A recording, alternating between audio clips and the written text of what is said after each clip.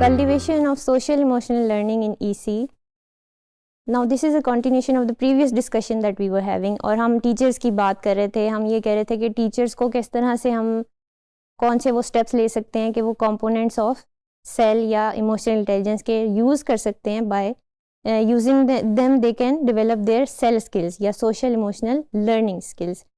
Teachers के लिए SEC की टर्म इस्तेमाल की जाती है. स्केल्स के अंदर भी, टूल्स के अंदर भी, इंस्ट्रूमेंट्स के अंदर भी उसको सोशल इमोशनल कॉम्पिटेंस मेजर्स या टूल्स कहते हैं. उसके ऊपर भी हम थोड़ी सी बात करेंगे, हम देखेंगे वो क्या होते हैं और उनको कैसे हम यूज़ कर सकते हैं.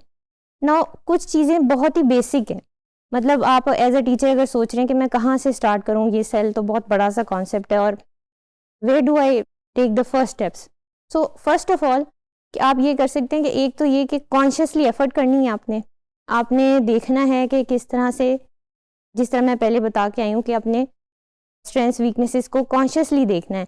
ये ना हो कि आप बस you are going every day to work and you are teaching your classes and somebody comes up and tells you कि this is a problem or this is a problem. That is not the way. You should be consciously involved in the process of development. Secondly, आप अपने emotions और feelings के साथ connect होने से मत डरें. Whatever you are feeling, you have to connect with that and you have to see कि अब अगर मुझे ये फीलिंग या ये इमोशन आ रहा है, so what can I do about it? The third thing is you have to find ways to unwind after a busy day. जब भी आपका दिन या वर्क आपका एंड होता है तो you should find other ways to unwind. ऐसा ना हो कि घर जब आप आएँ तो वर्क के साथ आप और वर्क जो है वो उसको कर रहे हो. तो try to disconnect from the work place and connect in your home और connect outside, whatever makes you feel relaxed. Then identify कि आपने टीचिंग को ज्वाइन ही क्यों किया. What are your internal drivers. हो सकता है इकोनॉमिक रीजंस हो, मोस्टली इकोनॉमिक रीजंस होती हैं. हमारे मुल्क में तो मोस्टली यही है कि टीचर्स इकोनॉमिक रीजंस की वजह से बात करें तो they are not getting that kind of pay off from whatever they are doing. Secondly आप ये देखें कि what motivates you to teach. Is it a social factor, is it the interaction with the students, is it the children that you see every day that come from their homes and get up, जो भी कुछ भी हो सकता है वो. So identify those drivers. क्यों हमें डेवलप करना है, इसकी इम्पॉर्टेंस क्या है सोशल इमोशनल कॉम्पिटेंस की. क्योंकि टीचर की जो भी सेल स्किल्स होंगी वो स्टूडेंट की लर्निंग इन्वायरमेंट को, ओवरऑल टीचिंग लर्निंग इन्वायरमेंट को इफेक्ट करेंगी, टीचर स्टूडेंट रिलेशनशिप को इफेक्ट करेंगी और मॉडल करते हैं स्टूडेंट्स टीचर की कॉम्पिटेंस को, सोशल इमोशनल कॉम्पिटेंस को, चाहे वो इंटेंशनली हो या वो अनइंटेंशनली हो. So keep in mind that is very important. सो एक और बात ये है कि क्लासरूम की ऑर्गेनाइजेशन और मैनेजमेंट भी, उसमें भी सेल की स्किल्स रिफ्लेक्ट होती हैं जो भी टीचर की होती हैं.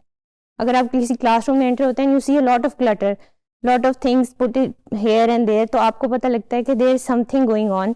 और अगर चीज़ें ऑर्गेनाइज नहीं है या कोई और मसला है तो यू कैन ईजीली आइडेंटिफाई कि this area needs to be worked upon. अब हम मूव ऑन करते हैं सेल की एक प्रैक्टिकल स्ट्रेटजी. क्या हम प्रैक्टिकली स्टेप्स जो ले सकते हैं उसके लिए एक मॉडल है जिसको हम डिस्कस कर रहे हैं और ये उसी मॉडल के एलिमेंट्स हैं. The first element is notice. आप ये देखें आपको स्ट्रेस आ कहाँ से रहा है. फिजिकल है, इमोशनल है, कोई हो सकता है आपको माइग्रेन हो या कोई इरिटेबिलिटी हो, आपकी स्लीप जो है उसमें कोई मसला हो, you are not able to sleep properly, कोई आपके डाइट में मसला हो, कोई नेगेटिव सेल्फ टॉक, या कोई maybe you are interacting with an individual that is continuously giving you negative self talk, तो उससे आप इफेक्ट हो सकते हैं. सो कुछ भी हो सकता है. आइडेंटिफाई दैट, इसको हम कहेंगे notice. So you have to consciously notice that element. Then reflect upon कि अच्छा अब मैंने नोटिस कर लिया है, this is my stressor, what can I do about the stressor that is making me stressed out as a teacher. अब reflection का time है और रिफ्लेक्शन के भी आगे 3 steps you can take that. Eliminate, reduce and cope. अगर आपको बहुत ज़्यादा पेपर्स जो हैं या पेपर वर्क आपको बहुत ज़्यादा इरिटेट कर रहा है तो आप पहली चीज़ तो ये कर सकते हैं, पहला जो अच्छा स्टेप है वो ये कि आप देखें कि आप उस स्ट्रेसर को एलिमिनेट, टोटली ख़त्म कैसे कर सकते हैं.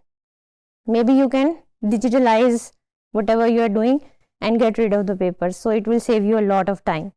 ये होती है एलिमिनेशन. फिर रिड्यूस मतलब कि आप उस स्ट्रेसर को कम कैसे कर सकते हैं.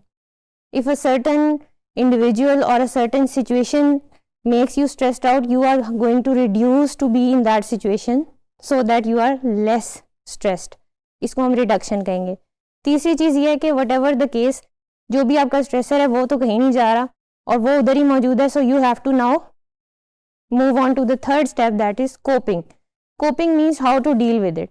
यू डेवलप स्ट्रेटजीज कि अच्छा how should I develop an alternative perspective. अगर कोई कॉन्टीन्यूसली आपसे रूड हो रहा है वर्क प्लेस के ऊपर या कॉन्टीन्यूसली कोई और मसला है, so you should keep in mind कि maybe there is another perspective to it. आप उसको देखने का अंदाज उस सिचुएशन को बदल लें. रिमाइंड योर सेल्फ कि वाई यू आर टीचिंग. जो चीज़ें आपको मोटिवेट करें आप उनके ऊपर फोकस करें. So in these many ways you can cope with the stress. Then decide now what can you do to manage और reduce your stressors. Focus on your relationships जो आपके हैं बच्चों के साथ, अपने कोलीग्स के साथ, फ्रेंड्स एंड फैमिली के साथ.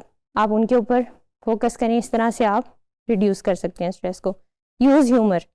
Please laugh. टीचर्स के लिए कि ज़रूरी नहीं है कि वो हर वक्त एक बैड मूड और बहुत ही इरिटेबल किस्म के मूड में हो या हर वक्त उनका डांटने का दिल करता रहा वो स्टूडेंट्स को. और अगर कोई टीचर ऐसा कर रहा है, इट मीन्स कि there are some stressors that are not being manage by the teacher in this situation. फिर एक्सरसाइज की जा सकती है. Check in state. Check in state क्या होता है कि जब बच्चे क्लास में आते हैं तो हम बच्चों को कहते हैं कि आज how you are feeling today.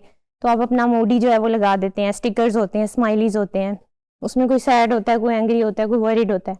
But we never do those check ins for the teachers और the staff of the school.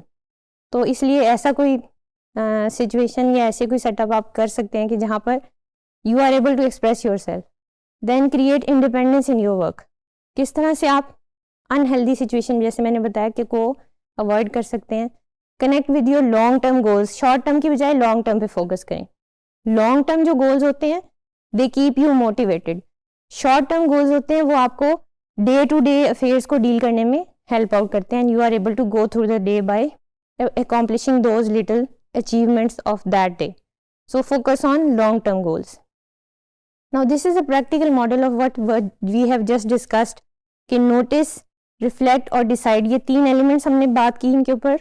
फिर हमने reflection के अंदर eliminate, reduce और cope की बात की. आप देख सकते हैं कि notice और reflect का जो एरिया है वो सेल्फ अवेयरनेस में आ रहा है, जबकि जो डिसाइड वाला एरिया है वो सेल्फ मैनेजमेंट में आ रहा है. मतलब कि जो जब आप प्रॉब्लम्स को नोटिस करते हैं और रिफ्लेक्ट करते हैं, actually you are becoming self aware. And when you decide to do something about it you are managing yourself. फिर इसी तरह एक 3 पॉइंट रूल भी आप अडॉप्ट कर सकते हैं कि how to develop your social competence. Know, choose and give. Know का मतलब ये है कि यू चूज योर मीन्स के you seeing what you feel, what you do, know your strengths, weaknesses. ये 3 पॉइंट रूल याद रखना ज़्यादा इजी है, इसलिए मैंने यहाँ पर इंटीग्रेट किया आपके नॉलेज के लिए.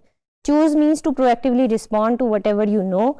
एंड गिव मीन्स ये वही डिसाइड वाला एलिमेंट है, it is just renamed as give. So give in to your vision, action, your purpose and all the things that you like to about teaching. अब हम देखते हैं कि प्रोज ऑफ सेल क्या है, यानी कि कुछ एडवांटेजेस जिनके ऊपर क्रिटिक्स कहते हैं कि क्या फ़ायदे क्या हैं. इसके फ़ायदे हमने बहुत सारे डिस्कस कर लिए हैं, कई आपके जहन में भी होंगे, बट यहाँ पर भी मेन पॉइंट्स आपके लिए मेंशन किए हुए हैं कि children develop emotional intelligence to understand and regulate their emotions. और जो बच्चे इस काबिल हो जाते हैं they have fewer behavioural problems. Then they build emotional resilience या flexibility, and that is the ability to regulate your emotions during times of stress. Research show करती है कि जो बच्चे पॉजिटिव इमोशंस जैसे हैप्पीनेस, सेफ्टी, मोटिवेशन को experience ज़्यादा करते हैं, उनकी एकेडमिक परफॉर्मेंस बहुत ज़्यादा बेहतर होती है. Now helps develop focus and skills. Academic success के लिए कुछ स्किल्स रिक्वायर्ड होती हैं, जैसे कॉन्फिडेंस है, वर्बल कम्युनिकेशन है, परसिवियरेंस है. Now all of these skills are more developed if the child is developing on the SEL side या social emotional side. So this is what research tells us. Cons क्या है? अब ना cons of cell यानी जो disadvantages या सम observations आप कह सकते हैं, कुछ क्रिटिक्स ने किए हैं कि कुछ लोग ये समझते हैं कि सोशल इमोशनल लर्निंग को करिकुलम में इंटीग्रेट करने से क्या होता है कि जो सब्जेक्ट स्पेसिफिक स्टैंडर्ड्स हैं या नॉलेज है वो कम हो जाता है, उसके ऊपर फोकस कम हो जाता है और हम डिस्ट्रैक्ट हो जाते हैं whatever we want to achieve in let's say mathematics और साइंस और English and things like that. फिर क्रिटिक्स ये भी बिलीव करते हैं कि सेल को यूज़ किया जाता है to propagate progressive topics in a society. वो टॉपिक्स जैसे जो रिलेटेड हैं रेस से, जेंडर से और इस तरह की सेंसिटिव जो भी टॉपिक्स हैं जो कि कल्चरल या सोशली कंटेक्चुअली डिफाइन होते हैं, they should be on the decision of the parents और दैट सोसाइटी। तो सेल के अंदर अगर हम इंटीग्रेट करेंगे तो ये कॉन्सेप्ट बहुत ज़्यादा इम्पोज कर दिए जाएंगे बच्चों पे, which maybe parents don't want और which maybe the society does not want. फिर एक और क्रिटिक ये है कि सोशल इमोशनल लर्निंग क्लासरूम में डिसाइड करती है कि कौन से वैल्यूज़ मैटर करते हैं। अब जैसे डिसीजन मेकिंग है और कोई टीचर जो है वो ख़ास रिलीजियस पॉइंट ऑफ व्यू से डिसीजन मेकिंग पढ़ा रहा है या सिखा रहा है, तो वो डिसीजन मेकिंग डिफरेंट होगी from another teacher who is belonging to another context और another religious background, वो उसके डिसीजन मेकिंग पे इफेक्ट हो रहा होगा। So that is where bias can come in और वहाँ पर हम इंटरेक्शन को किस तरह से मैनेज करेंगे। This is also a critic of SEL. अब यहाँ पर हम देख सकते हैं कि कुछ क्वेश्चंस ऐसे हैं, मतलब ये रेटिंग स्केल आप खुद भी यूज़ कर सकते हैं। If you are an administrator you can ask your teachers to fill it up for themselves and see कि आपके टीचर्स की जो सोशल इमोशनल कॉम्पिटेंस है वो क्या है। मसलन इस रेटिंग स्केल में हम ये देख सकते हैं कि सेल्फ अवेयरनेस में I frequently get upset in the classroom and do not understand why. ये सेल्फ अवेयरनेस का क्वेश्चन है जो टीचर ने आंसर करना है, उसका फिर वो कैलकुलेशन होगी एंड पे कि किस तरह से उसकी सोशल इमोशनल कॉम्पिटेंस क्या है। सोशल अवेयरनेस में I know how my emotional expressions affect my interactions with the student. Self management में ये पूछा जा सकता है I nearly always stay calm when a student upsets me. Relationship में I create a sense of community in my classroom. Responsible decision making में I nearly always consider ethical and legal factors before coming to a decision. Now these are some questions that you can use.